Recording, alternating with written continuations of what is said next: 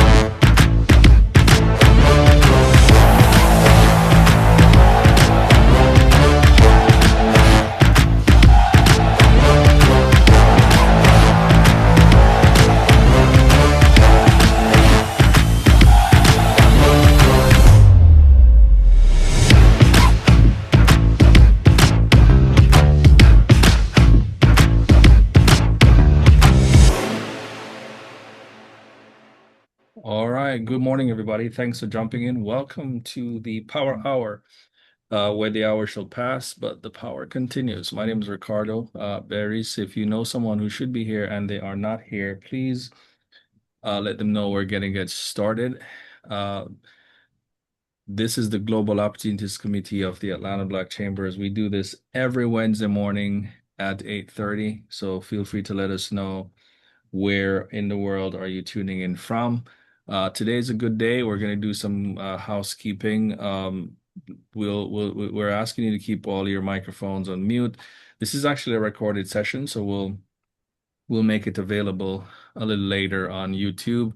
Feel free to follow us over there as Global Opportunities Committee of the Atlanta Black Chambers, and anywhere on social. You can also feel free to do that. Few other things I want to mention before we jump into our show here. Later today, we're gonna do a sort of unbuilding with Go Global, just show you how we're building the technology that's going to help to power the Go Global ecosystem. That comes up at 10 o'clock. If you can join us, you look out for the link in the chat. We'll share that. Also, next week we will be having our third set of information session for the conference. So if you're interested in learning more about the conference or you have not yet participated in attending the conference in terms of submitting your bid, if you may, or request to be a part of the conference, we'll talk some more about that next week. So feel free to join. I believe the FIFA World Cup launches tomorrow, if I'm not mistaken, and next week is going to be a pack week of activities. So we'll share within our groups some activities that are taking place here in Atlanta that you can actually join and be a part of. So hopefully everybody who is at least here, and if you're not here, you can certainly join some of those virtual watch parties or I know this is broadcast all over the world, so you'll be able to tune in there as well. Uh, we will be in the next couple of weeks, and we'll get those specifics for you The chamber is planning on taking a break. This is sort of the mid-year break, so so we'll be on a break. Believe it's the week of Independence or right after. But you stay tuned for that. Usually when that happens, we have no power hour, so we won't be doing that a power hour coming up in July. We'll skip 1 week, so we can look out for that. And if you are on Tuesday Talks or Public Policy Talks, you will also hear those announcements as well.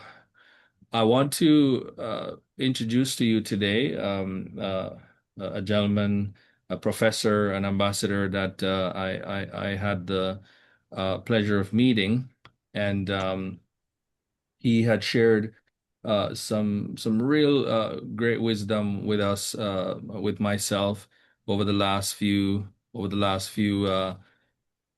perhaps over the last few weeks since I met him. And I wanted to bring him on here to talk to you because I think he's got some real experience as well as some real insights on both Africa, but also the things that he's done. Very well traveled as well.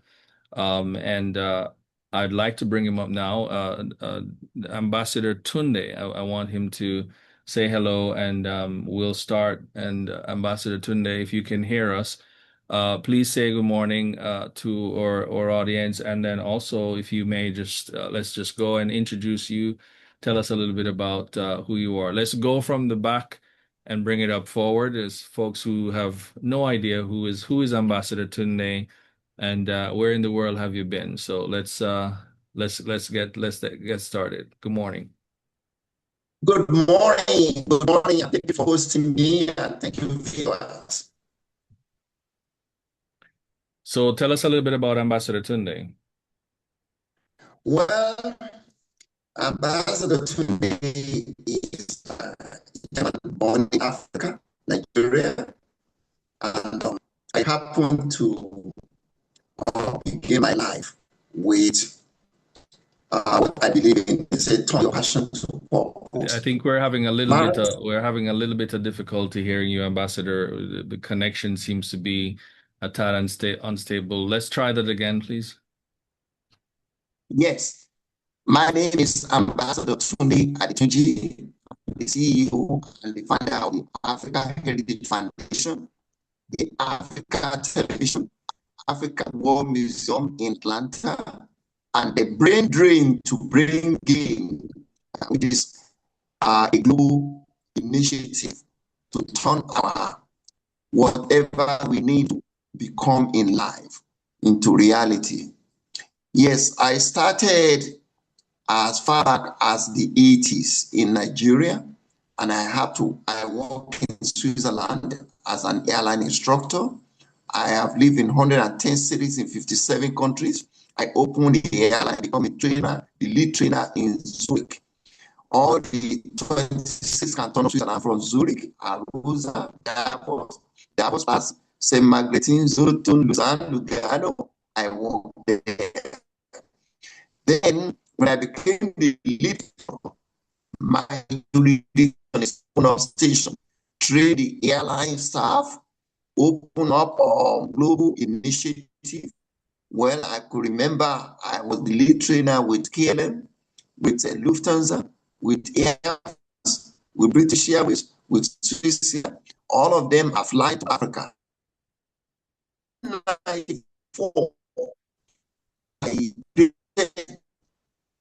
to run Ambassador, let's probably turn the video off. Pardon me, because we're having a little difficulty hearing you. I think your connection is not coming very well. So perhaps let's turn the video off so that we can hear you, because we do want to hear you, but we can't at this point.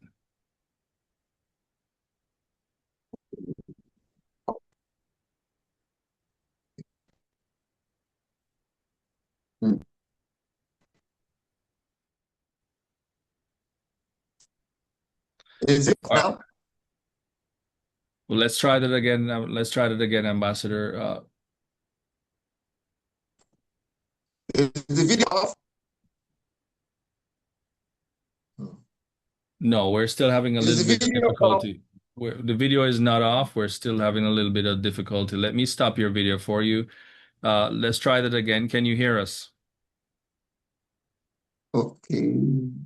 I'm trying to Yes, I turned video. it off. I turned it off for you, Ambassador. Let's go again. Can you hear us? Yes, I can hear you now. All right, let's start over. That seems to be a little bit better. Let's keep it that way. Go ahead and let's go back from the beginning because we weren't hearing you so well. Okay. Can you hear me now?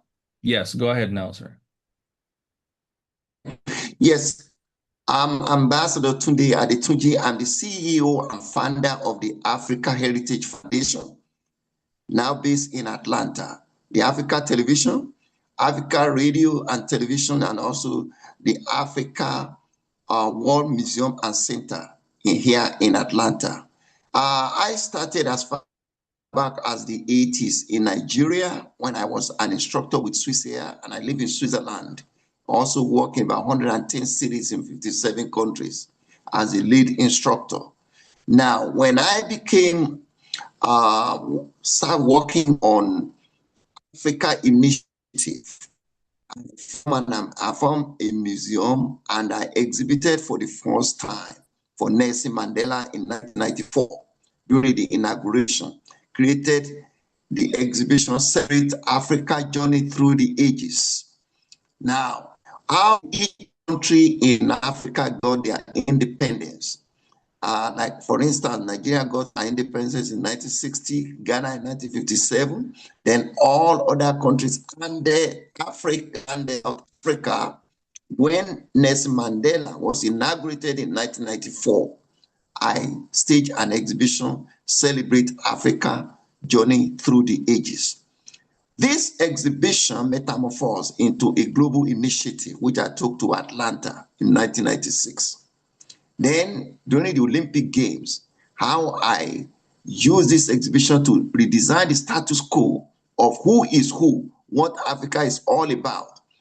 It gained the attention of the international community. Then, I decided to take the flag of Georgia into Addis Ababa. And I told the AU, let us create the sixth region of Africa. Africa have 5 regions: West Africa, East Africa, Central Africa, North Africa, South Africa. The sixth region is the diaspora. All the entity of the Black people living outside Africa constitute the sixth region. Then the chairman was Jim Ping. He said, this is brilliant. He said, okay, I would like to invite you to Georgia. Come to Atlanta to promulgate a decree, sign a resolution and a declaration that Atlanta and the state of Georgia will become the gateway of the 54 nations of Africa, economy, potential, and everything opportunity to United States of America. This went well. They came and we did this, and we formed the diaspora as the sixth region, and from there we began the initiative. The initiative is focused on economy, it's focused on education, it's focused on human resources and capacity building for sustainable development. It's also focused on health and preventive initiative. This went very well. Now, from the first instance, getting a direct flight from America, direct Africa, Jackson Airport has become the hub and the busiest airport in the world today. That is one of the most successful initiatives. The seaport of Savannah has become the largest container seaport. Now, all the university education coming to America, instead of going to Germany, going to Switzerland, going to France, going to Britain, everybody is coming to United States of America. So I see this one as a very successful way of bridging the gap and building the bridge between the indigenous, the intimate, and the distant Africans. Now, taking this So, further. so Ambassador, I want to jump in there and have this discussion with you. So you seem to be a champion with this message. And one of the things that I heard you mention is that Africa matters and Africa is the future. And I just want to ask you, why do you believe that message is even more relevant today than it was when you actually first began sharing it? Thank you so much. You know, Africa is the cradle of civilization and the birth of mankind. Everything that is happening today starts in Africa. Now, if we look into into this particular equation, we see that the Anglophone, the Lusophone, the Italian, the German, and the Belgian that come over to colonize Africa, they see this as Africa matters. Africa is the future. The resources of the world is in Africa. That's why when we started, I said vision is greater than ambition. And wisdom encapsulates the spirit of our epoch. If God gives us the vision, he back it up with provision. All the 54 nations of Africa has potentials. Emerging market of the world is in Africa. The only thing that we are lacking is human resources and capacity building for sustainable development, which we turn it around. And that is why the sixth region serve as an antidote. So today, everybody that now see my statement in the 80s, in the 90s, now believe that without Africa, the world is a vacuum. Chinese come to Africa. They saw the potential of Africa. They use it as redesigning the status quo. I used to live in Hong Kong during my airline days in the Kowloon side. They were looking, they have overpopulation. How would they be able to satisfy their economy? Now they saw the need to expand to Africa. America did not take initiative of Africa serious in the 60s, in the 70s, and the 80s, until when they outsourced goods and services to China, and China is dying to Africa. What a paradox. Now you could see now what we are proving is now right, that without Africa, the entire world is a vacuum. That's why we launched the Africa is Open for Business. That's why we launched Africa Solutions to Africa Problem. Should now redesign the status quo of turning our brain drain into brain gain. And that's the lecture that I use all over the world now to see how the Jewish Holocaust turned the Jews with them in the diaspora to turn their homeland into a viable land. How the Japanese, after the Hiroshima, nobody will ever remember that Japan will remain, but they go from brain drain into brain gain. They became one of the world power in technology now. Now, how we people as God has created, how we can now use our own brain with our people in the diaspora to now turn Africa into what God has created Africa to be, the cradle of civilization and the birth of mankind. Talk it. What I'm saying now, the university education started in Sankore, in Timbuktu. That is where the education that we are now metamorphosing into several universities. We can go talk of Cambridge University, Stanford University. The cradle the cradle of education started in Africa. And this, if we use all this equation, we can now be self-sufficient. The idea is to use what we have to get what we need and bail the Black people of economic slavery. Mm. So Ambassador, and so for those of us who are joining just now, we're actually good morning. We're actually talking to Ambassador Tunde Adetunji, and a visionary and idealist who's actually based here in Atlanta, also a professor at Clark University. I don't know that a lot of people knew, Ambassador, that you're actually a prince from a royal family. Can you tell us about that? Yes, the name Adetunji means crown prince. I was born into a royal family, but my call is to redesign the status quo, to bridge the gap between the nations of the world. A lot of people now arrogate themselves into self-sufficiency and wealth. My own is to implant, to create people, diverse people. I believe in globalization, inclusion, and diversity. And that's what metamorphosed me. The last lecture that I gave in Zurich, Basbach, is called The Image of My People. And that's when they discovered me that this man has something to offer the world. And that's why when I went to South Africa, I told South Africans that it is we people that we take ourselves to the zenith of our calling. The exhibition celebrates Africa's journey through the ages, metamorphose, and now redesign the status quo of what God has given to us as a black people and how we can rule the world. And that's why what Nelson Mandela proved, and he became the most iconic human being in the world today. This is exactly what we need to do, believe and become.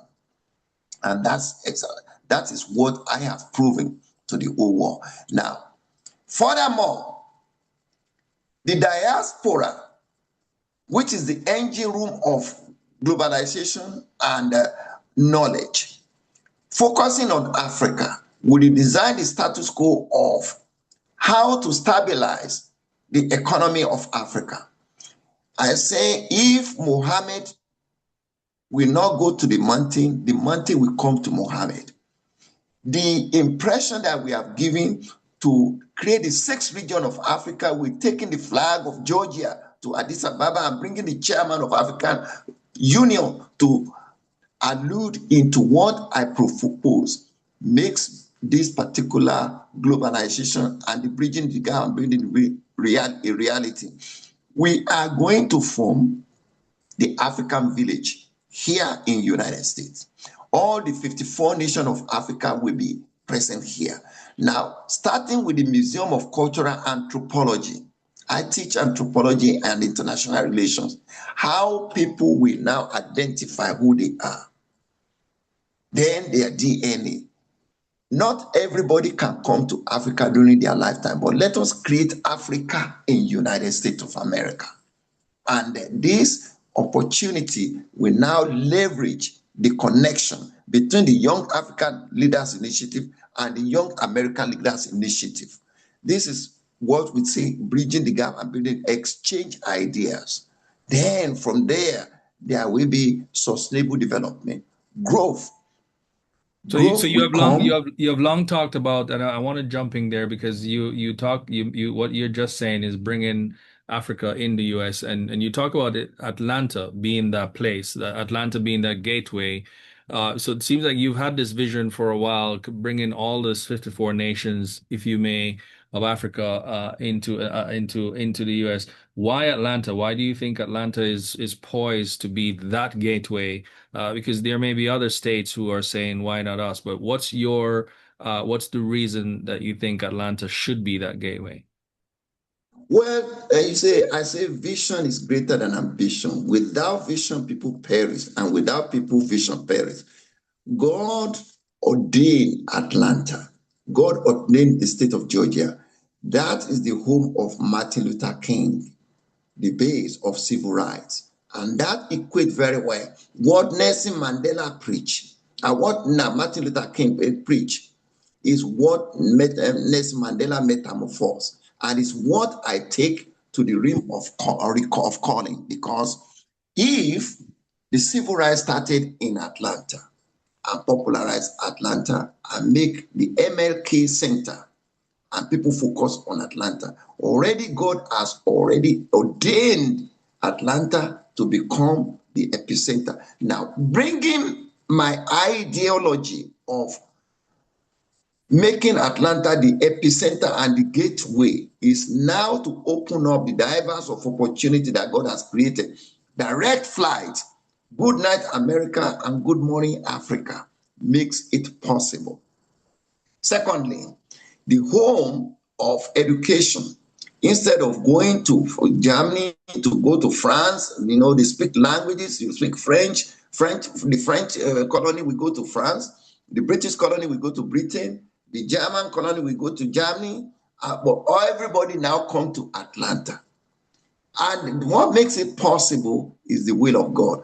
Taking the flag of Georgia and now convincing the AU that this is necessary.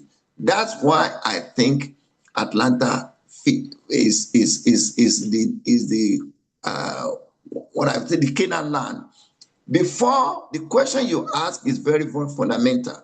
Before I came to Atlanta, I used to go to O'Hare Airport in Chicago.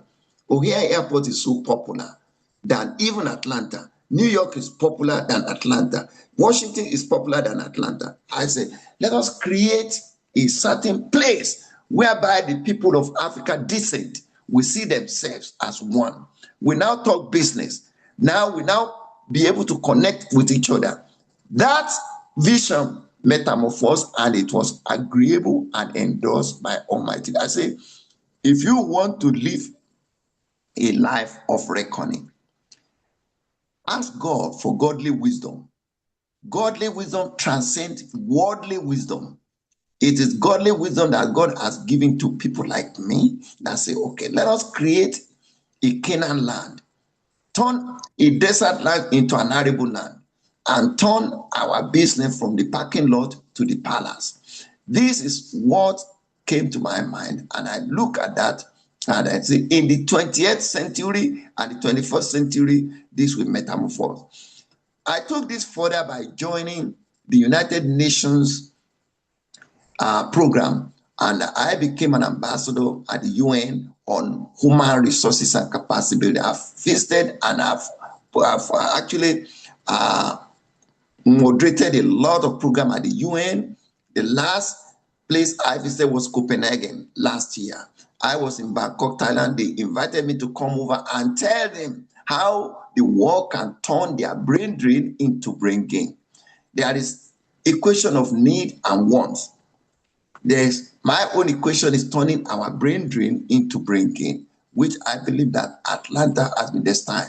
Now, mind you, after endorsing Atlanta and the state of Georgia to be the epicenter, building the Museum of Cultural Anthropology, that anybody that wants to come to Atlanta, to come to Africa must come to Atlanta.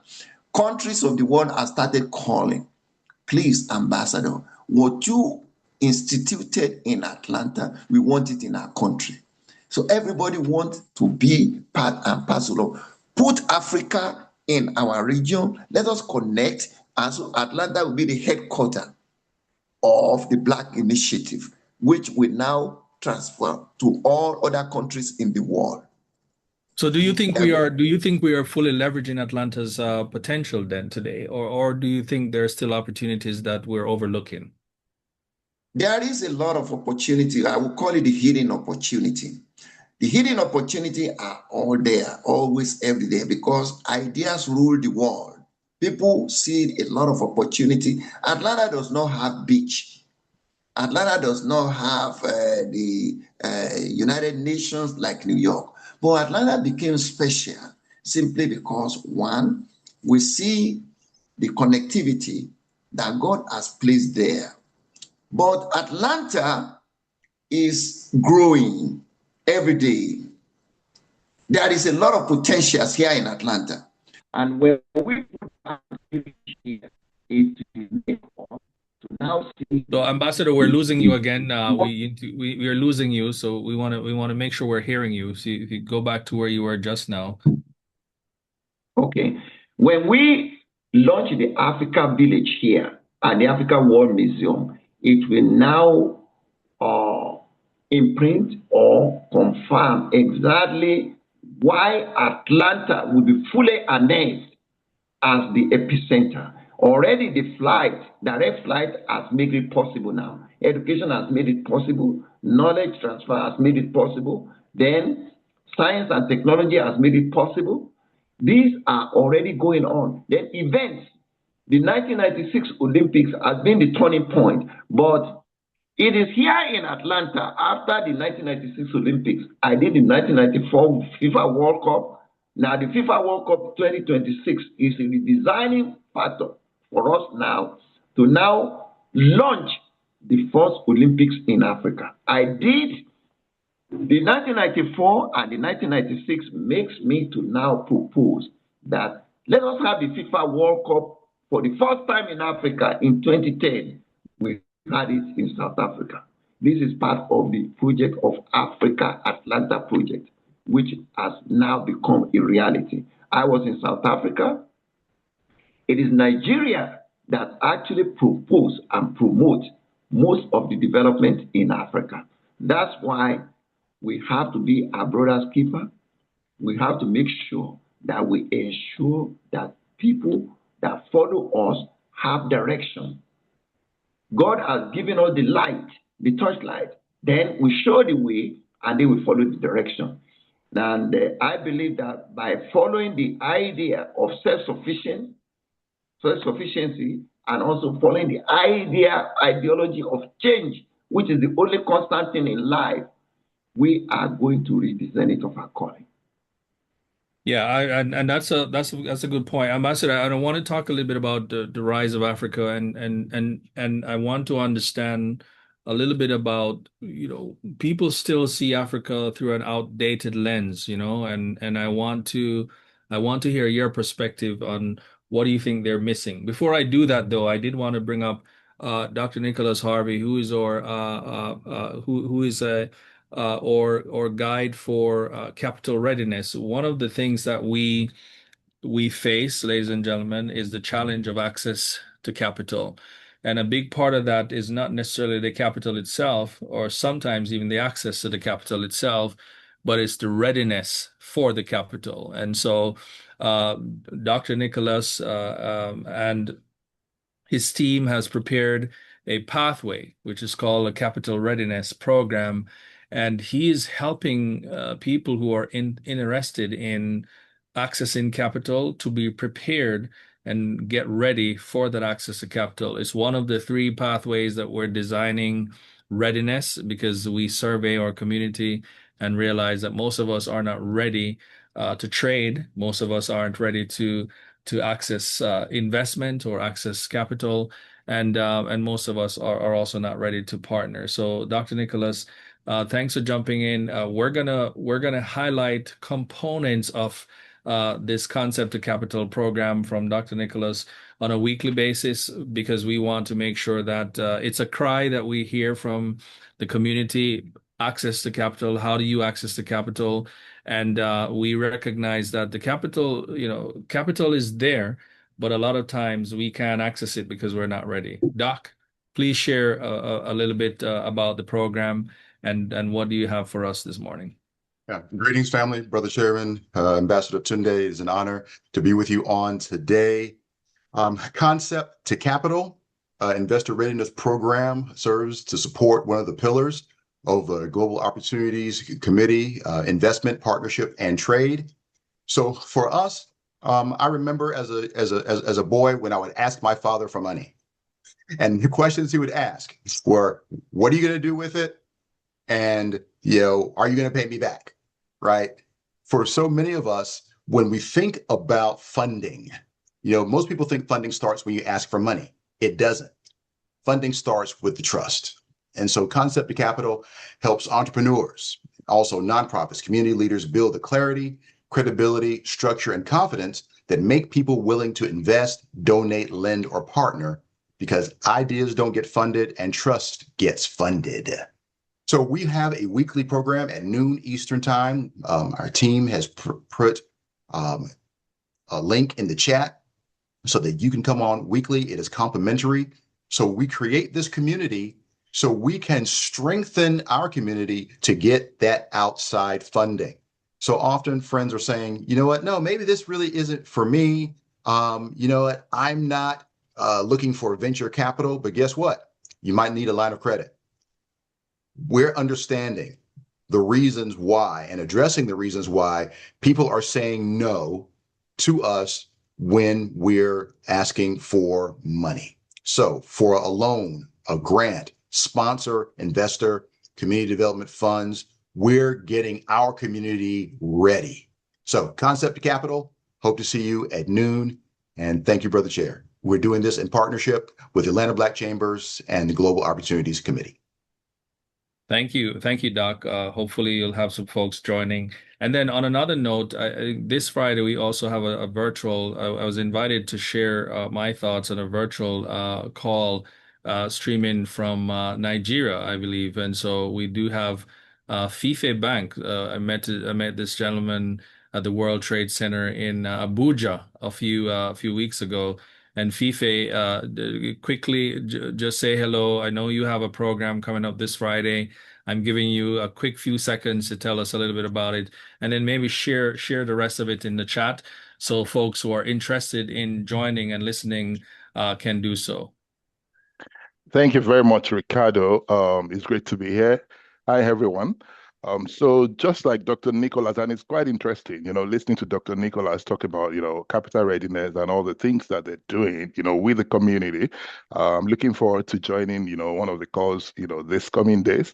But this Friday on June 12th at 10 a.m. CST, which will be about 4 p.m. West African time, we're going to be talking about something very similar because we found out that one of the biggest misconceptions about investment in Africa is that the challenge is the lack of capital. It isn't. All right. And we're talking about, all kinds of investment from private to public sector to public-private partnership. There is definitely significant capital globally, as you know. Ricardo chairs the Global Opportunities Committee, looking for opportunities all around the world. So there is capital, all right?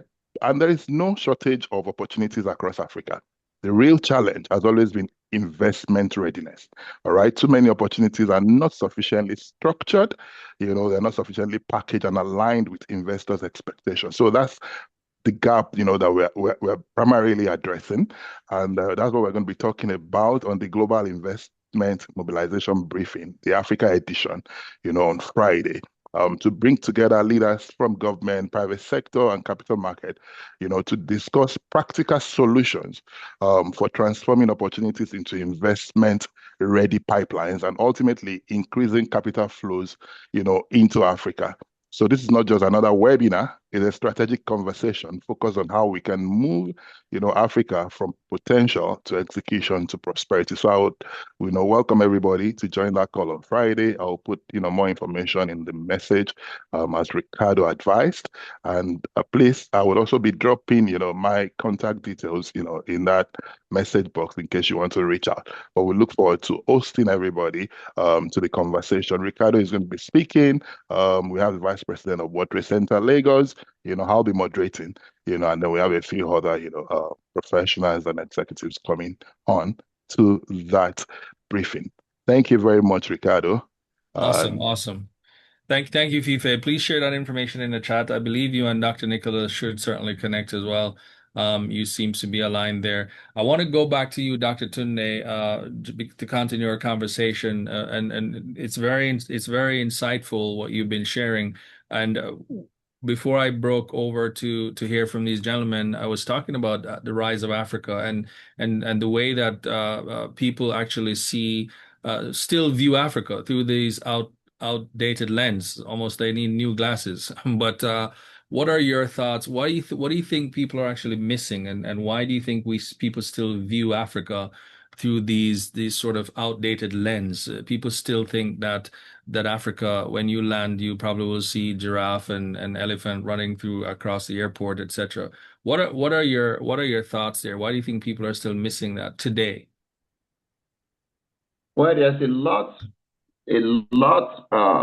that people are missing today because this is the colonial debacle that they have painted on Africa. I talk about the Francophone, the Anglophone, the Lusophone, the Italian, the German that come to Africa. If Africa is saddled with trees, with a giraffe, with this and that, and why are they coming to Africa?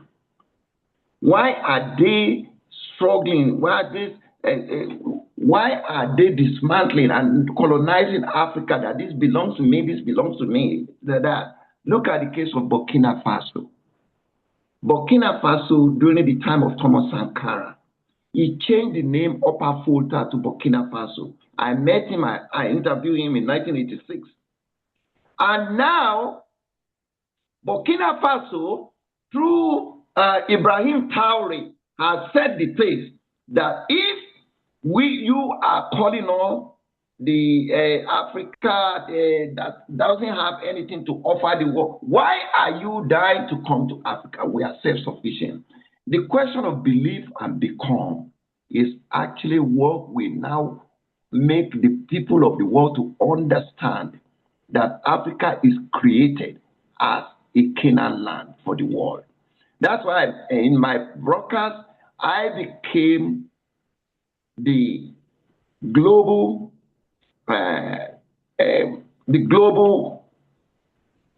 person that God has given that idea to promote the ideal of Africa in all nooks and corners. I say, Africa, without Africa, the world is a vacuum. Look at what is happening today. Some of the countries are self-sufficient. I talk of Burkina Faso. I talk about Botswana. They are doing very well. I talk about Tanzania. They are doing very well. South Africa used to do very well during the time of Nelson Mandela. But mismanagement and everything, I know it's going to come back. But let us now see ourselves as the entity that will liberate the world economy. That's why without culture, I say, heritage and culture means a lot. If we believe in what we have and what we have to sell to the world, we are self-sufficient and we can command the attention of the world. So Africa today is different from Africa in the past. Human resources and capacity building will take us to the rim of our reckoning. And that's why we need partnership with our diaspora brothers and sisters. Talking about the capital, which they just said now, there's a lot of capital everywhere. Idea rule the world. It is only how we open our eyes to see what we need to take advantage of. That's why my lecture, turning our brain drain into brain gain, is the antidote that will liberate us in the 21st century. And ladies and gentlemen, if you have a question, thanks for that, Doc. If you have a question for Ambassador, please put it in the chat. You can raise your hand. We're going to start taking them shortly. But Ambassador, I want to talk about the diaspora as the sixth region shortly, because you've been a champion of recognizing the diaspora as Africa's sixth region. Why is this concept still important? I mean, what is the objective here, and how do we really sort of work more intentionally within the diaspora, within this sixth region, to support Africa as a diaspora? Well, good question. Charity begins at home.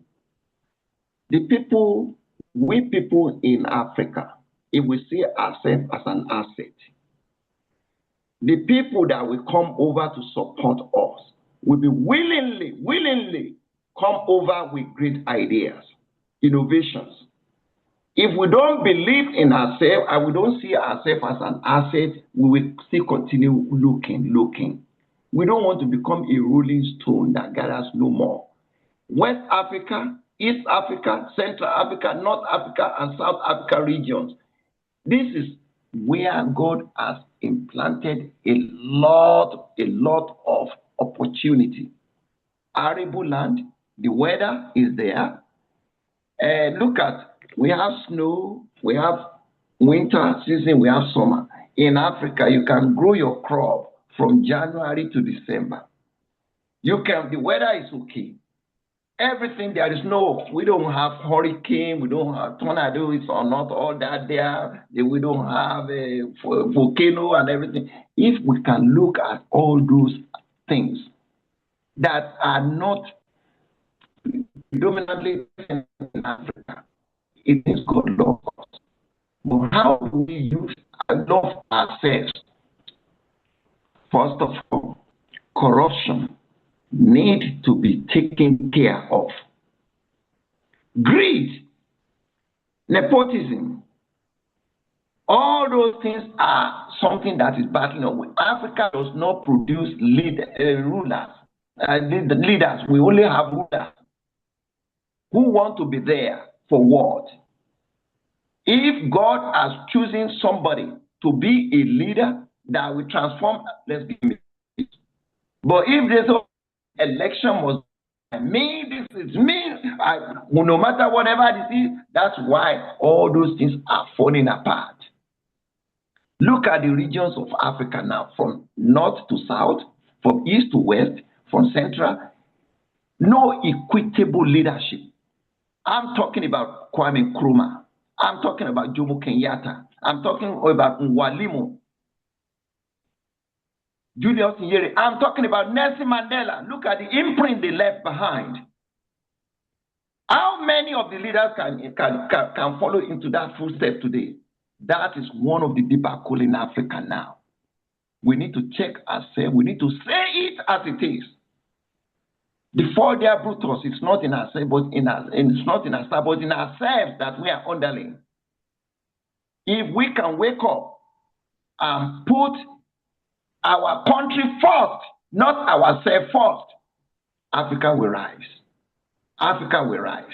And from the knowledge of what I have, from what I've seen, Switzerland is a country with 26 cantons. I live there, I work in all the cantons. You have never seen that they are fighting for election this year, they are fighting, but they choose representatives. They have the best bank, the Swiss bank. That is where all the African leaders took their money to. That's where they put the money. What do they have? Tourism.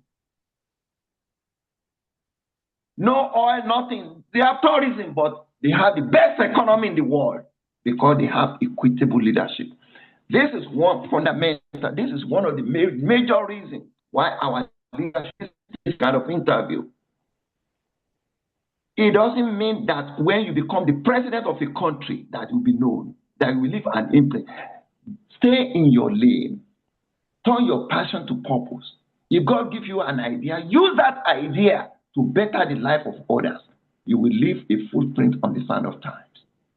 So Ambassador, so what do you think Africans must do differently then to create a stronger economic integration and shared prosperity? Because what you're saying, it sounds, I mean, obviously there's still division. I mean, you've also worked in over 57 plus countries and maybe 100 plus cities. You've obviously learned a few things about the importance of collaboration and especially among African nations. What must be done differently to create this stronger integration? Because if Africa is going to be in Atlanta, then it needs to be probably a different Africa, wouldn't you say? Of course. That's why the reason why we create Africa in Atlanta. Human resources and capacity building for sustainable development does not discriminate. Nepotism, tribalism, greed, corruptions. If you don't live with integrity, without integrity, nothing works. And this is one of the things that we have to learn. We have to love ourselves. If we don't love ourselves, there is no way we can succeed in doing anything. Love each other. This life is so short. When you have millions and millions of wealth and everything, the day you die, everything is gone. Why don't you love each other? Why don't you love yourself and love each other? I say, what I want to do at this time that God has created me is to leave an imprint. This is where we begin. You see corruption, the money that they arrogate to themselves is useless. They don't use it for anything. I remember the time of Mobutu Sese Seko. I was in Switzerland. He carried all the money of his country and said he's richer than his country. When he died, the money died there in Switzerland. Our own leader, Abacha, took some of the money from Nigeria. There are some other people. If we love ourselves, we will not be taking what God has given to us that we now satisfy everybody. Live and let live. Trust is the most important thing in Nigeria. When you are signing an agreement, you are giving loan to people. If there is no trust in ourselves, there is no way we can succeed. This is very fundamental. This is true. And this is what I package in my lecture, turning our brain drain into brain gain. I am out of Africa, but I'm back to Africa. That's my principle. That's my own from the beginning of my life. Go back there, learn what we learn, and come back here. How am I going to do this? If you are a guru and you are a South African and you have expert in banking, you are not going to be seconded to South Africa. We can make you a consultant to Liberia. If you are a petrochemical engineer and you are the best from Eritrea, it doesn't mean that you should go to Eritrea. You can go to Namibia. If you are an economist and you are the best, and you are from Cape Verde, or you are from maybe Gabon or something, we can make you to be the best the consultant in Kenya. This is how we can transform. What you just said now, when we are in the boardroom here in Atlanta, it doesn't mean whether you come from Cambodia, it doesn't mean whether you come from China, it doesn't mean whether you come from Liberia, it doesn't mean whether you come from Mexico. What we want from you is your brain. And everybody works together and we deliver. The image of our people should be almost in our mind.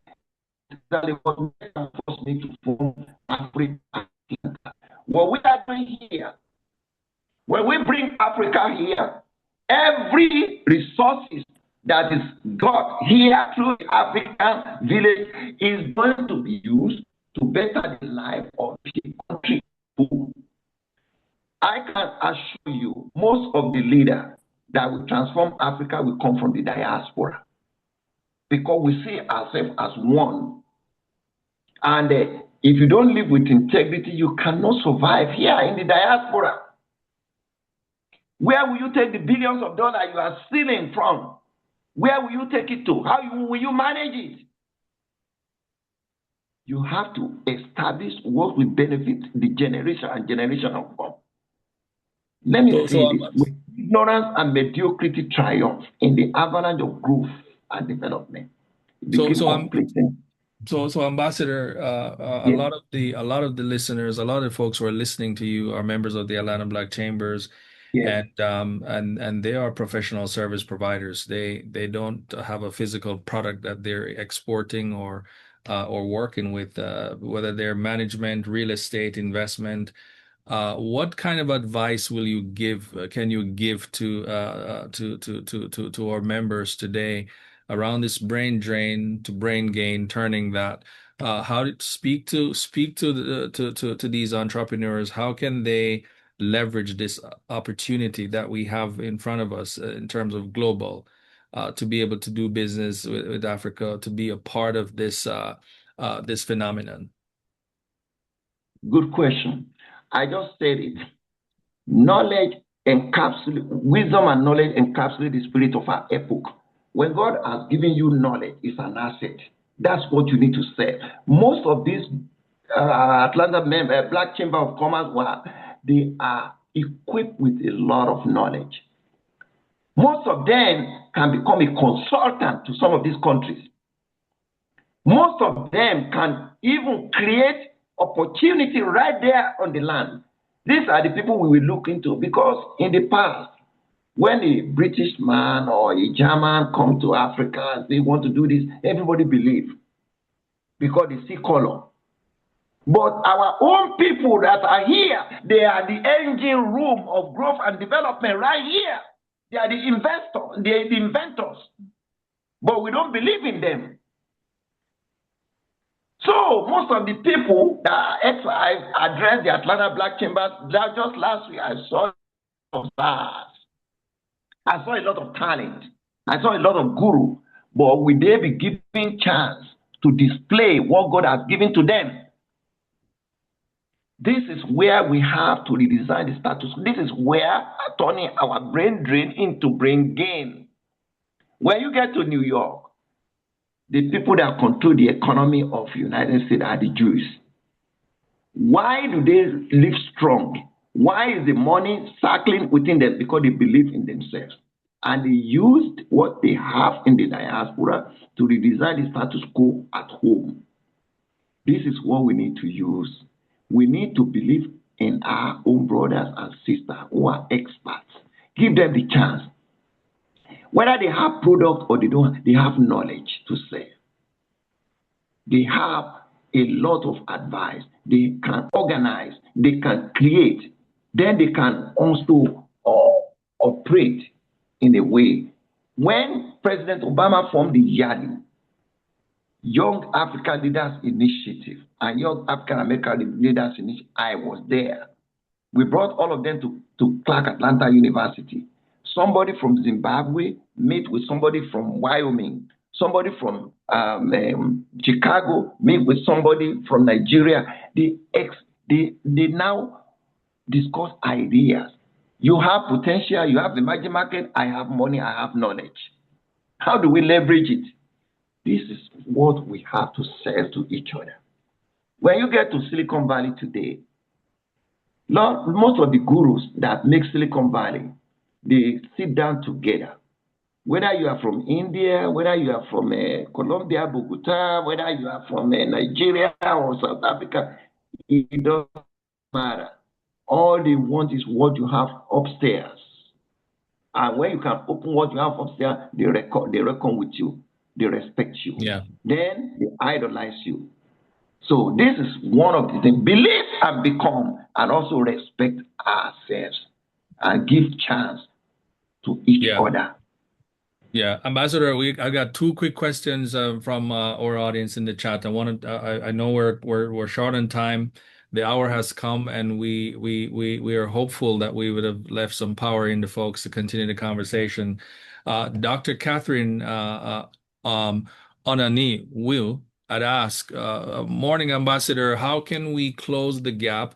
What recommendations could you give to many Americans, especially the majority of Black Americans, with years of experience and higher education that have been eliminated from the U.S. workforce, that can position themselves to contribute their knowledge, their skills, and their abilities to help do business and build in Africa? If you may quickly respond to that, Doc, as I've got one more question that I want to ask you from Kimberly Jones. Go ahead, sir. It's both ways. Thank you so much. The guy that asked the question asked a fundamental question, which is good. African Americans are from Africa. One thing they will believe is that this is my home. This is where I come from. Without heritage, there is no horizon.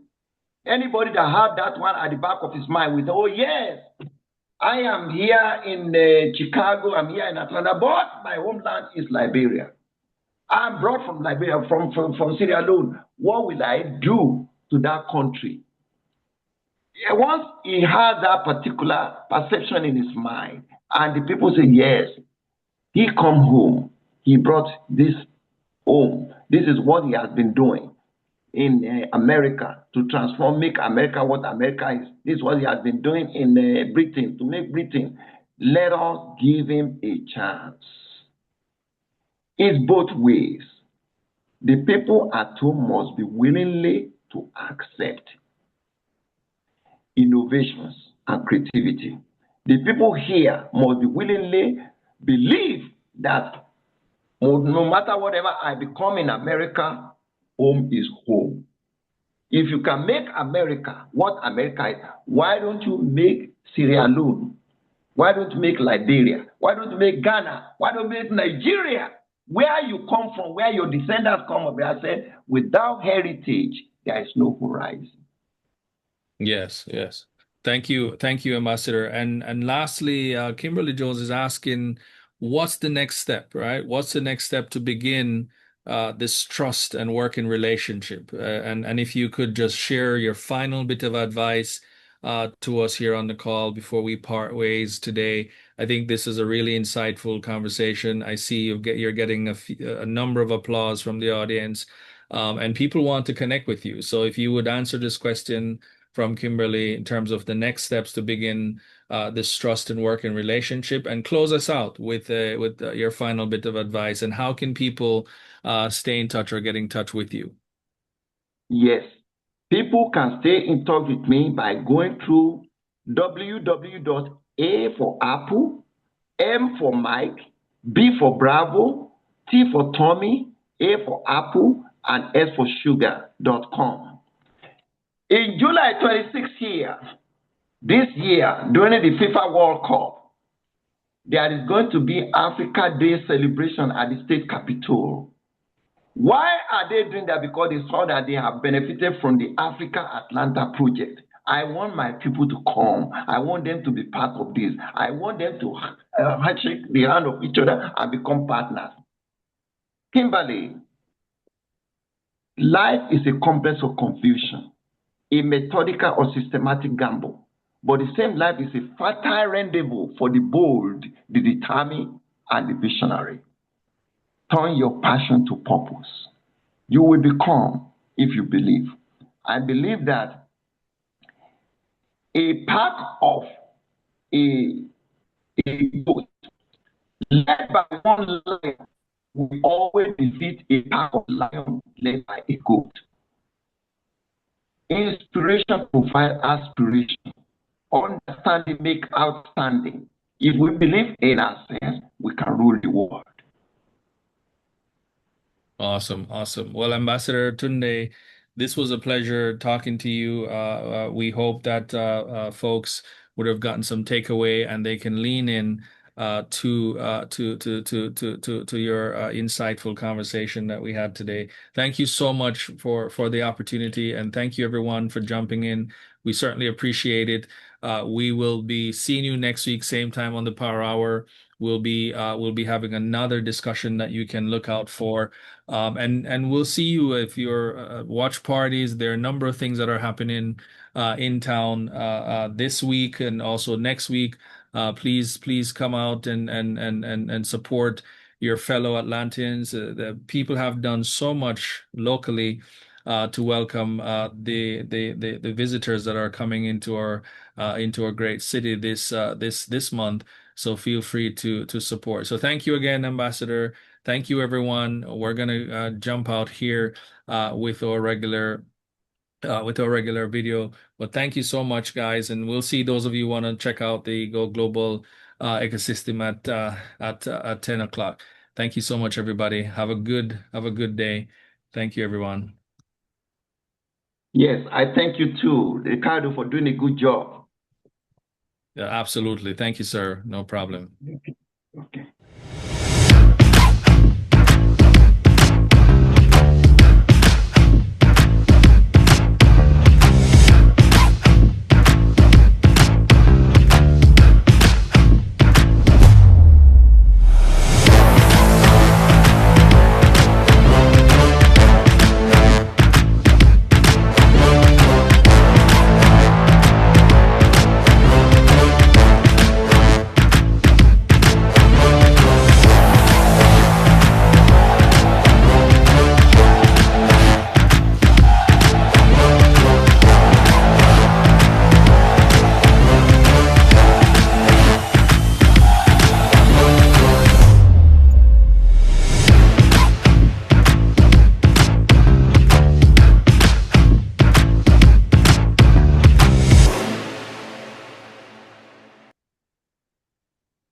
Thank you, everybody. Have a good one.